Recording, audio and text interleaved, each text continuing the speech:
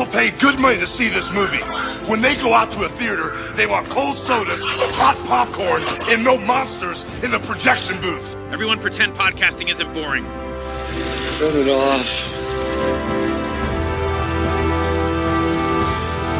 Turn it off.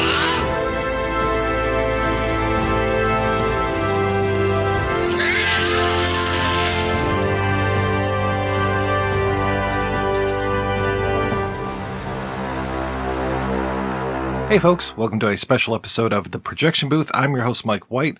On this episode, I'm talking with filmmaker Harrison Atkins, all about some of his projects that he's been a part of over the years, including some recent editing jobs that he's done. One on the film Karmalink, which we just talked with the director about that, and also one on The Year Between. You can find out where The Year Between is playing if you go to theyearbetweenfilm.com.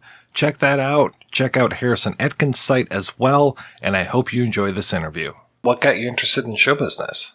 I've kind of been all in since I was like a little kid. I don't remember what it was that like initially incited me to, making movies with other kids on my block, like in the suburbs. But I remember being in fourth grade and begging my parents to buy me like a consumer mini DV camera or maybe a Hi8 camera, and then was just making kind of small short films and kind of always envisioned that I would be on a filmmaking path pretty much with no backup plan. And I kind of have seen my whole life as pretty like linear progression since then.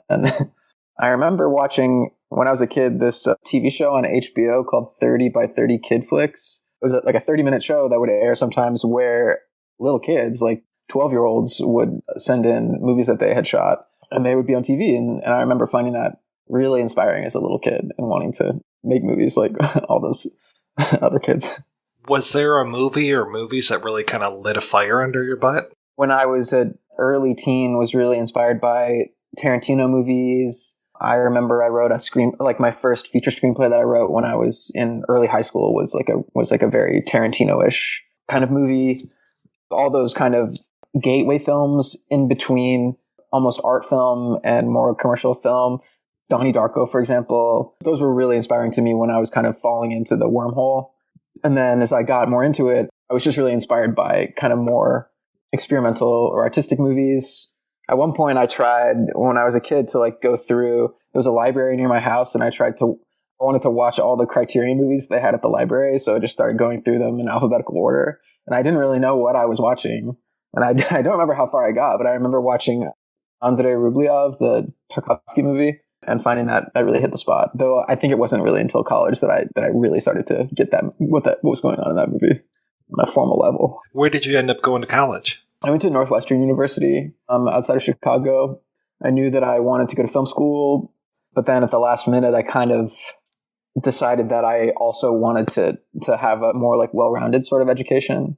So I appreciated Northwestern because I was able to, in addition to film classes and lots of really production heavy classes, study just a more holistic and like broad range of subjects. Actually at Northwestern, I really got super into Tarkovsky.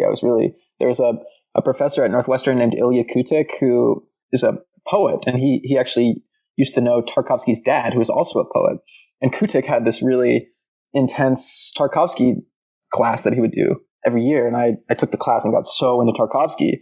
At Northwestern, the reason why I kind of think it's a pretty cool school is because if you get into something, you can sort of almost like create a curriculum for yourself to go down the rabbit hole. I asked this professor if I could do an independent study with him to go even deeper in Tarkovsky. Very pretentious what I did, but I was like, I want to make a film in the style of Tarkovsky.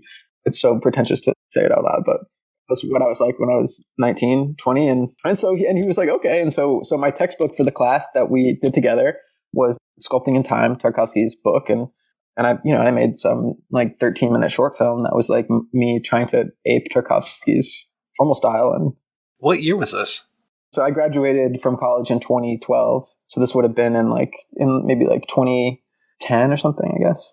And once you graduated, you just kind of hit the ground running. I mean, you've got so many credits under your belt. Northwestern at the time in Chicago was like weirdly in the middle of this kind of mumblecore scene, sort of like this professor named Spencer Parsons started teaching at Northwestern when I was a freshman. He came from Austin and was kind of associated with, the group of filmmakers who had kind of had films at South by Southwest the year that Mumblecore broke out.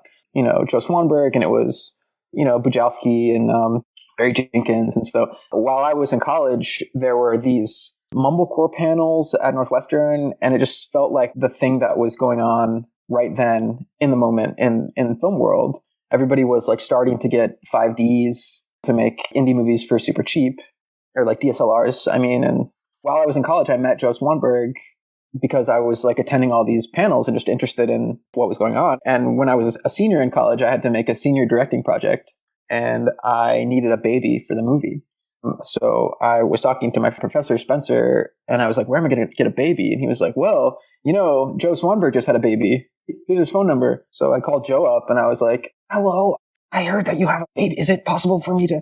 And he was just like, oh, hey, man, no problem. Yeah, why don't you come over later today? You can check out the place. Maybe I can hold my phone up to try to get him to hold a focal point for you. He was so cool. He was so great. He just immediately was so accommodating and cool. And so I went with my buddy over to his house, and we shot this scene that required a baby, and it went great. And I guess I was in touch with him a little bit through the rest of my senior year. And then when I graduated from college, I didn't really know what I was going to do. I had some vague plan to, work over the summer in Chicago and then maybe move to New York. I didn't really know. But then kind of right as soon as I graduated, I got a voicemail on my phone from Joe Swanberg, and he was just inviting me to work on his movie Drinking Buddies in Chicago. I was like, of course. So I just kind of jumped at that opportunity, along with one of my best friends was the assistant editor and DIT of that movie. And that was my first job. And then after, I feel like that kind of really led to a lot of what happened next for me. Well, Swanberg was even in your feature debut, right? Lace Crater? We've been friends for a really long time now. After I worked on Drinking Buddies, I did move to New York, and I'd continued to work with some of the people that I met on that movie.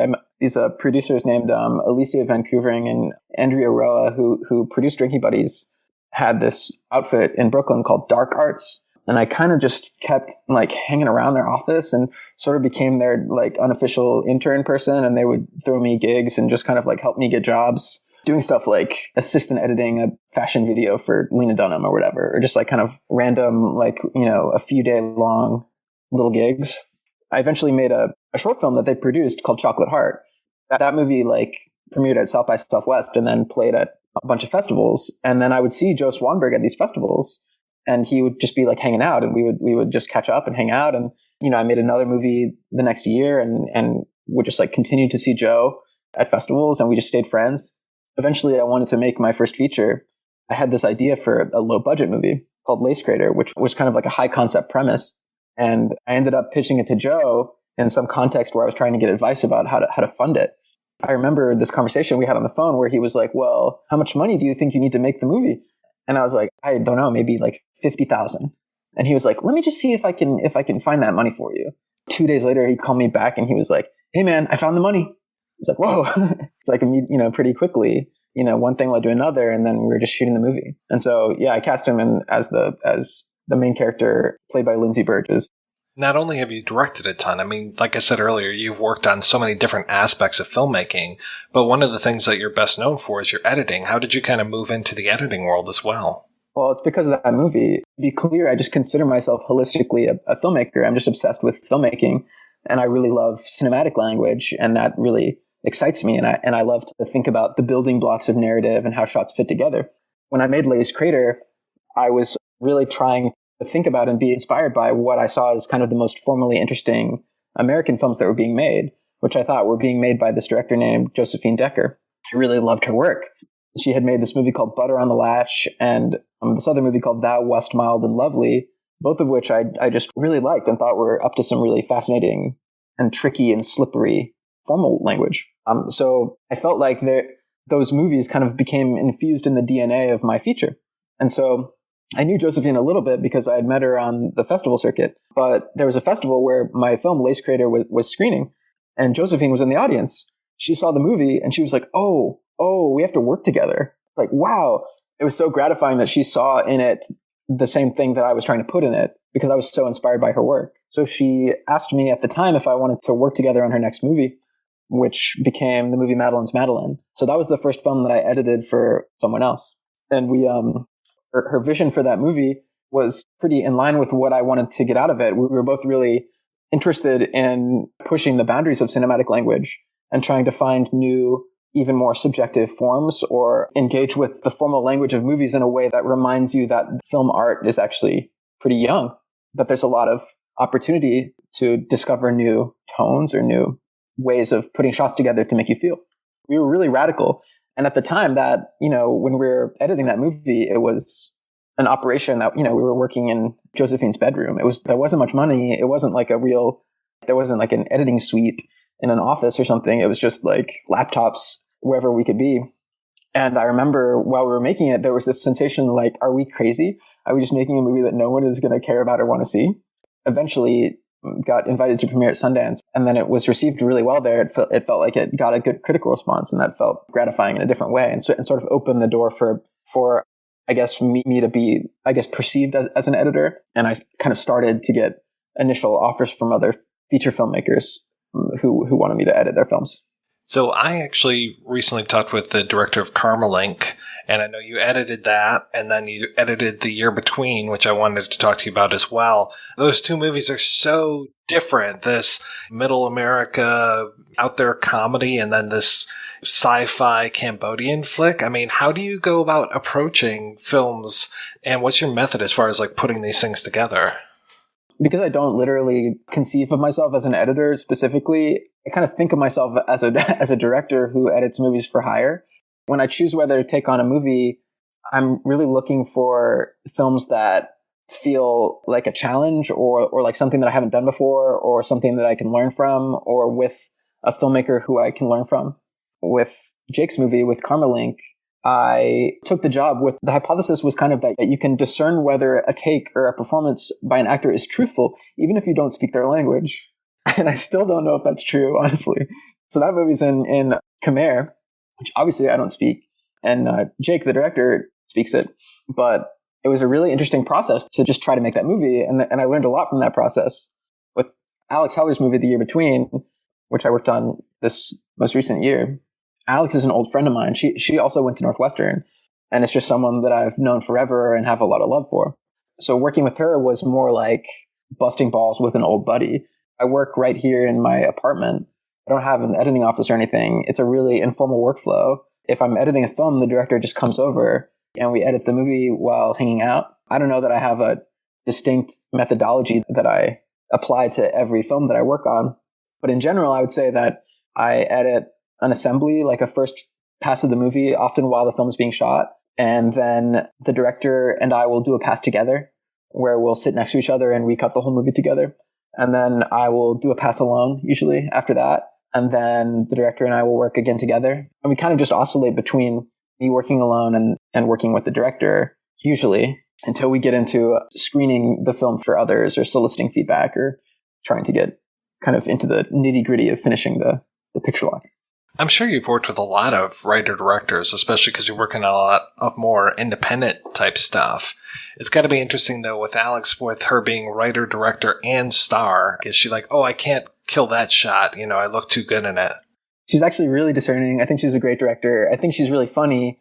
And I think she's very egoless when she is looking at her performances. We were both extremely brutal with her performances. And I think part of why she wanted to work with me is because she felt safe with me. Because it's pretty vulnerable already, the relationship between a director and an editor. Because as an editor, you're really kind of the intermediary between an artist and their art project. It's a relationship that implicitly kind of carries this psychological burden, sort of.